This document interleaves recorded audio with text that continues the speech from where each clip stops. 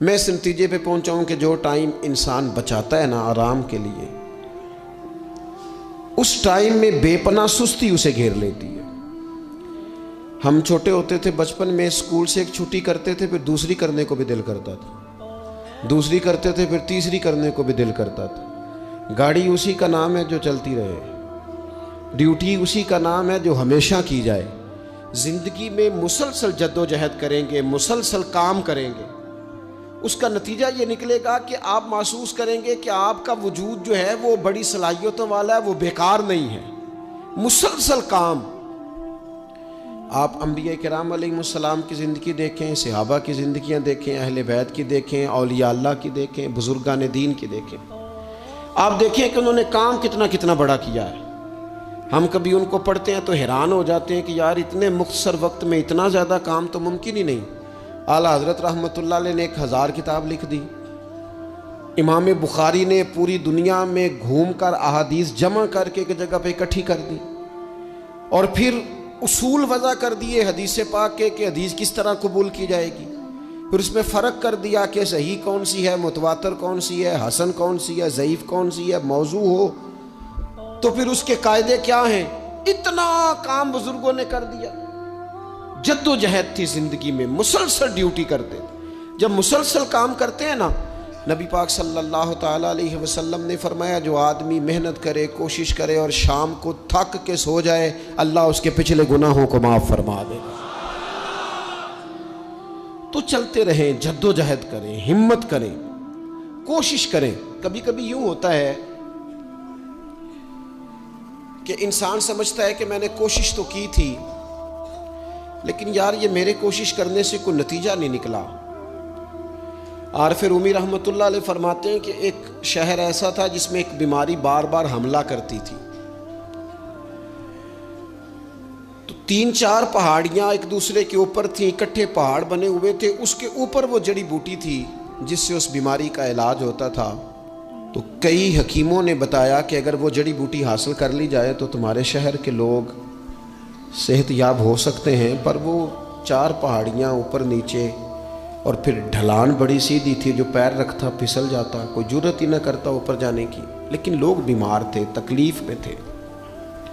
بالآخر ایک شخص نے ارادہ کیا کہ کب تک لوگوں کو بیماری سے سسکتے، تڑپتے، مرتے دیکھتا رہوں گا۔ اس نے کلاڑا اٹھایا، ہتھوڑا اٹھایا، پہاڑ کاٹنا شروع کیا کہ میں سیڑھیاں بناؤں گا اوپر جانے کے لیے۔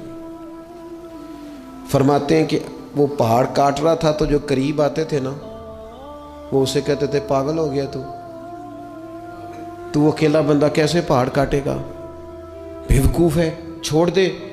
اس نے کہا یار تم ساتھ نہیں چل سکتے تو حوصلہ شکنی تو نہ کرو، مجھے کچھ کرنے تو دو۔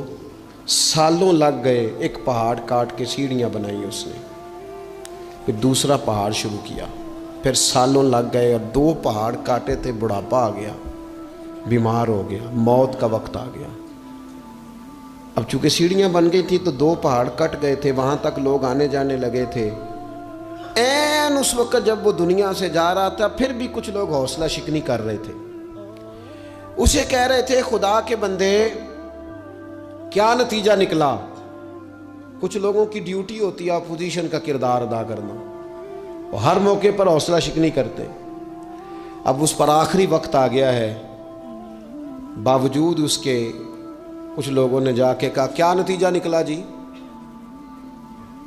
تیرے اوپر موت کا وقت آ گیا ہے، تو اوپر تک تو جا نہیں سکا، فائدہ کیا ہوا؟ وہ کہنے لگا بیوقوفو تمہیں پتہ ہی نہیں میں کامیاب ہو کے جا رہا ہوں۔ انہوں نے کہا کس طرح؟ کہنے لگا میں نے آدھا سفر آسان کر دیا ہے، اب جو میرے بعد آئے گا نا اسے 0 سے نہیں شروع کرنا پڑے گا، میں نے آدھا سفر اس کے لیے آسان کر دیا۔ وہ تیسرے پہاڑ سے شروع کرے گا، 2 کاٹے گا تو جڑی بوٹی تک پہنچ جائے گا، لوگوں کو شفا ہونے لگے گی اللہ کے فضل سے۔ ہم پتہ کیا کرتے ہیں، بالخصوص میرے وطن کا رواج یہ ہے کہ لوگ آدھا سفر بھی آسان کرنے کو تیار نہیں، وہ کہتے نہیں سارا ہی فلانا کرے گا۔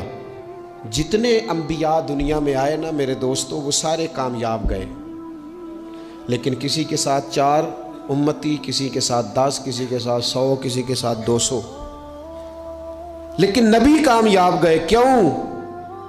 کہ اللہ تعالیٰ نے جو ان کے ذمے ڈیوٹی لگائی تھی وہ ڈیوٹی انہوں نے پوری ذمہ داری سے سر انجام دی ہے۔ اس ڈیوٹی میں انہوں نے کبھی کوئی کمی دکھائی تو اپنی زندگی میں جد و جہد کریں، کام کریں، بیٹھ کر صرف بات نہ کریں، تنقید نہ کریں، بیٹھ کر صرف منصوبہ بندی نہ کریں۔ اور میرے ملک میں بالخصوص یہ کام ہوتا ہے، تبصرے کرو، چینل کھولو، تنقید کرو، اندر کی خبر لے کے آؤ، کوئی کہانی سناؤ، کوئی نئی سٹوری بناؤ، لیکن کام نہ کرو۔ بڑی خوبصورت بات کی شاعر نے، اس نے کہا شکوائے ظلمت شب سے تو کہیں بہتر تھا، اپنے حصے کی کوئی شمع جلاتے جاتے۔ لوگ تعلیم نہیں حاصل کر رہے تو بھئی آپ ایک بچے کا خرچ اٹھا لیں، کسی غریب کا آپ اسے پڑھا دیں، ایک بندہ تو آپ کی وجہ سے تعلیم یافتہ ہو جائے۔ لوگوں کو کھانا نہیں مل رہا، بھوکوں مر گئے لوگ، حکومتیں کچھ نہیں کر رہی، آپ 10 بندوں کی ذمہ داری اٹھا لیں، آپ غریبوں کو دیکھ لیں، 10 لوگوں کے گھر میں آپ کھانا پہنچانا شروع کریں۔ اور یہ ہوتا رہا ہے، لوگ یہ کام کرتے رہے، یہ ڈیوٹیاں ہمارے بزرگوں نے سر انجام دی ہیں، 2 کر کے، 4 کر کے، 6 کر کے انہوں نے کام کیا ہے۔ اپنی ذمہ داری کا احساس کریں، مسلسل کام کریں، مسلسل جد و جہد کریں، مسلسل ڈیوٹی کریں۔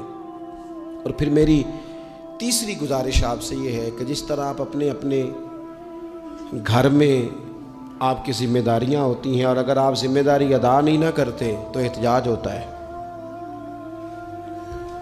ماں کو ٹائم نہیں دیتے تو ماں بھی احتجاج کرتی ہے، گھر والی کو ٹائم نہیں دیتے تو وہ بھی احتجاج کرتی ہے، دوستوں کو وقت نہیں دیتے تو وہ بھی اس کا شکوہ کرتے ہیں۔ تو آپ کے ذمے جتنی بھی ذمہ داریاں ہیں، آپ پڑھاتے ہیں، کلاس میں وقت پہ نہیں آتے تو اس کا اظہار کیا جاتا ہے۔ ہم نے اپنے اپنے ذمے جو ذمہ داریاں لی ہیں پوری کرتے ہیں۔ میں آج آپ کو یہ پیغام دینا چاہتا ہوں، ایک ایک ڈیوٹی دین کی بھی اپنے ذمے لیں، ایک ایک ڈیوٹی، ایک کام اپنے ذمے لے لیں۔ آپ اپنے اپنے علاقے کی مسجد میں جھاڑو دینے کی ڈیوٹی لے لیں۔ آپ یہ ذمہ داری لے لیں کہ مجھ سے کچھ نہیں ہو سکتا تو میں ہفتے کے بعد مسجد میں جاؤں گا اور قرآن مجید کو میں صاف کر کے، جھاڑ پونچھ کے، ترتیب کے ساتھ مرتب کروں گا۔ مجھے اگر ناظرہ قرآن مجید ٹھیک پڑھنا آتا ہے تو میں 10-11 بچوں کا روز سبق سنوں گا، آگے پڑھاؤں گا۔